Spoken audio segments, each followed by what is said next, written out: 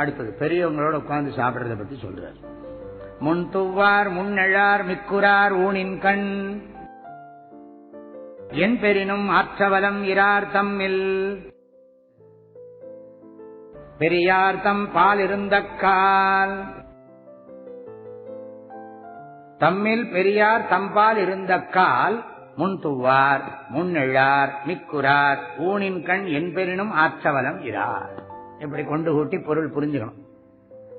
நம்ம சாப்பிடுற லைன்ல இப்பெல்லாம் லைன்லாம் இருக்கும்.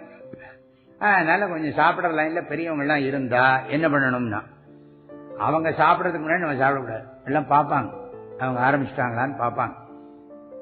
பார்த்துட்டு தான் சாப்பிடு. பெரியவங்க சாப்பிட ஆரம்பிச்ச பிறகுதான் சாப்பிடு.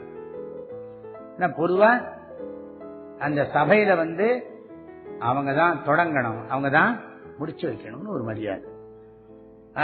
அதுக்கு முன்னாடி சாப்பிட மாட்டாங்க. அவங்க பெரியவங்க எழுந்த பிறகுதான் எழுந்திருப்பார்கள்.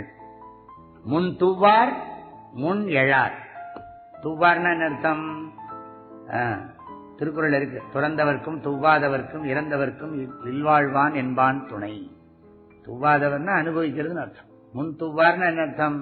முன்னாலே சாப்பிட மாட்டான். முன் எழார், அவங்களுக்கு முன்னாடி எழமாட்டான். மிக்குரார், மிக்குரார்னு சொன்னா பக்கத்துல நெருங்கி எல்லாம் உட்கார மாட்டாங்க.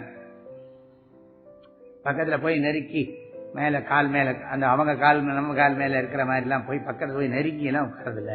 மரியாதையா ஓரமா உட்காருவாங்க, நெருங்கி அமரார்.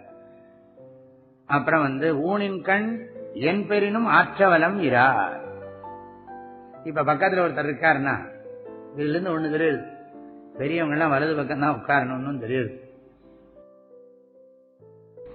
ஆகையினால என் பெரினும் ஆற்றவலம் இரார். எது கிடைச்சாலும் அது வலது பக்கம் வாங்கி வச்சுக்க மாட்டாங்க. வலது பக்கம் இருந்து உண்ணார். எல்லாம் சாப்பிடறதுக்கே இவ்வளவு விதி இருக்கு. இதெல்லாம் என்னது? போஜன விதி, உண்ணும் நெறிமுறை, உண்பதற்கான நெறிமுறை.